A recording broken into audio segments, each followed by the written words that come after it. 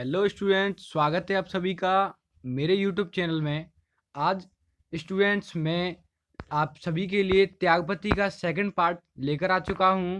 कल मैंने त्यागपति के जो क्वेश्चंस बताए थे उसमें से मोस्ट इम्पोर्टेंट मैंने प्रथम और द्वितीय सर्ग करा दिए थे। आज मैं आप सभी के लिए जो मोस्ट इम्पोर्टेंट, वैसे तो त्यागपति पूरा ही मोस्ट इम्पोर्टेंट होता है, परंतु अब त्यागपति के जो तृतीय सर्ग का सारांश है उसको आज मैं बताने जा रहा हूँ। और त्यागपति का जो चतुर्थ अंक है, चतुर्थ सर्ग है, उसको भी बताऊंगा आज मैं। और जो वेरी मोस्ट इम्पोर्टेंट है पंचम सर्ग, वो बोर्ड एग्जाम में बार बार पूछा जाता है। ये देखो 2018 में भी पूछा गया था, 2016, 18 ऐसे पूछ लिया जाता है। तो आज मैं बात करता हूँ उस सर्ग की। आज से स्टार्ट करने वाला हूँ मैं तृतीय सर्ग। तृतीय सर्ग में क्या था आपको समझना है। इस सर्ग में आज हम पढ़ रहे हैं तृतीय सर्ग। इस सर्ग में हर्ष की इतिहास प्रसिद्ध दिग्विजय का वर्णन है।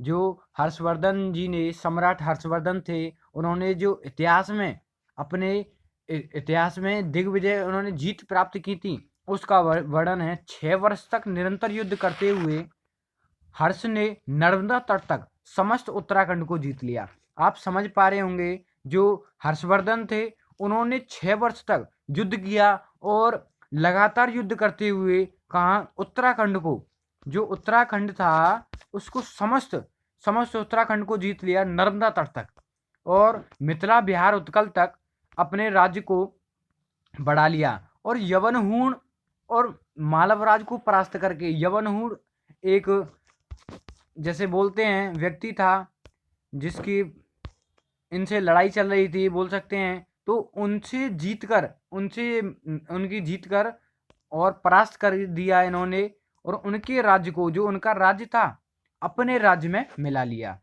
और थानेश्वर से हटाकर, पहले इनके राज्य की जो राजधानी थी वो थानेश्वर थी, परंतु अब इन्होंने क्या किया, उन दोनों को, यवनहूण को और मालवराज को परास्त करके थानेश्वर को राजधानी हटाकर कन्नौज को अपनी राजधानी बना लिया। संयुक्त रूप से ही बहन के नाम पर, जो उनकी बहन थी राजश्री, राजश्री जो उनकी बहन थी, उनके नाम पर ही शासन चलाना स्टार्ट कर दिया, शासन चलाया। तो चतुर्थ सर्ग में बात करता हूँ। चतुर्थ सर्ग में क्या हुआ, सब इस सर्ग में बहन राजश्री और उनके भाई हर्षवर्धन और आचार्य दिवाकर जी की वार्तालाप का वर्णन हुआ है। तो इस सर्ग में मैं समझ सकता हूँ कि इस सर्ग में राजश्री, हर्ष और आचार्य दिवाकर की वार्तालाप, जो उनमें कन्वर्सेशन हुआ था, बातचीत हुई थी, उस बात का वर्णन है। राजश्री संयुक्त रूप से कन्नौज की शासका थी, लेकिन वह तथागत महात्मा बुद्ध की उपासिका थी।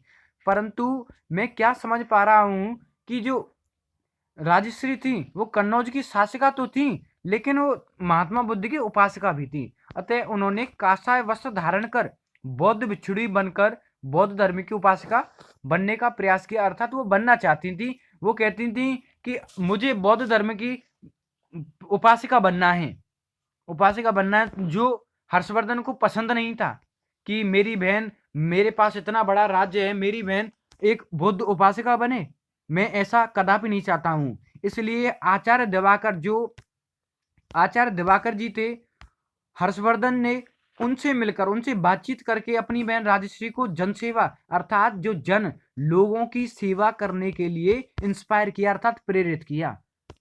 आपको ये सर्ग समझ में आएगा। और प्रेरित किया, भिक्षुड़ी बनने के का विचार त्याग कर, जो राजश्री थी उन्होंने, अब भिक्षुड़ी का अर्थ क्या होता है कि हर व्यक्ति के घर पर भीख मांगने जाना, उन्होंने इस आइडिया को, इस विचार को त्याग कर जनसेवा में लग गई। जो राजश्री थी भिक्षुड़ी के उसको त्याग कर वो जनसेवा में लग गई। अब मैं बात करता हूँ पंचम सर्ग। आपको 2 सर्ग समझ में आ गए होंगे, और मैं वीडियो के लास्ट में पहली पार्ट का, जो मैंने पहला पार्ट बनाया था, अगर आपने पहला पार्ट नहीं देखा है तो पहले उसको देखिए। मैं वीडियो के अंत में लिंक डाल दूंगा, और आप देख, उसको पहले क्लिक कर लीजिए, उसको देख लीजिए, फिर उसके बाद आप इस वीडियो को देखें, आपको बेहतर समझ में आएगा।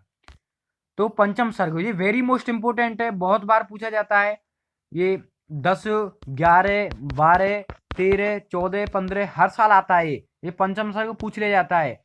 इस सर्ग में हर्ष की त्यागी एवं दानी जीवन का वर्णन किया गया है। जो हर्षवर्धन जी हैं एक त्यागी पर्सन है, एक त्यागी व्यक्ति हैं और दानी जीवन का वर्णन है। हर्ष ने त्रिवेणी के संगम पर त्यागव्रत महोत्सव मनाने का निश्चय किया, जो हर साल मनाया जाता है। इस उत्सव में सभी ब्राह्मण, जो पंडित होते हैं, ब्राह्मण, श्रमणों, भिक्षुओं जो भीख मांगते हैं को आमंत्रित किया, अर्थात इनवाइटेड किया, और अपने सर्वस्व, जो उनके पास सब कुछ था, उस महोत्सव में दान कर दिया। जो उनके पास खुद का महल था वो भी दान कर दिया, परंतु जो उनकी बहन थी वो बुद्ध धर्म का उपासिका बनना चाहती थी, परंतु जो हर्षवर्धन जी को पसंद नहीं था, उन्होंने उनको क्या किया, जनसेवा के लिए प्रेरित किया। तो बहन राजश्री से कपड़े उधार लेकर, बहन तो वहां का शासन चला रही थी कन्नौज का, तो अपनी राजधानी लौटते थे, कपड़े लेकर अपनी राजधानी लौटते थे। त्यागव्रत महोत्सव प्रति 5वीं वर्ष मनाया जाता था। अब क्वेश्चन बनता है कि जो त्यागव्रत महोत्सव होता है वो हर साल 5 सालों में मनाया जाता था। अपने जीवन काल में हर्ष ने 6 बार इस महोत्सव को मनाया। जो महोत्सव होता है, हर्षवर्धन ने अपनी जीवन में 6 बार इस महोत्सव को मनाया। इनके राज्य में प्रजा सुखी और समृद्धि थी तथा कला और संस्कृति की पर्याप्त प्रगति हुई। जो कला थी, कला और संस्कृति अच्छी तरीके से प्रगति हुई, दोनों चीजों की इसमें बताया जा रहा है। इसी के साथ रामेश्वर शुक्ल अंचल, आपको पता होगा कि रामेश्वर शुक्ल अंचल ने त्यागपति खंडकाव्य को लिखा था, रचित किया था। द्वारा रचित त्यागपति खंडकाव्य की कथा समाप्त होती है। अगर आपको वीडियो पसंद आई हो तो वीडियो को लाइक करें और चैनल को सब्सक्राइब करें, और अगर आपको वीडियो वाकई में अच्छी लगी हो तो अपने दोस्तों में जरूर शेयर करें और उनका भी फायदा करवाएं।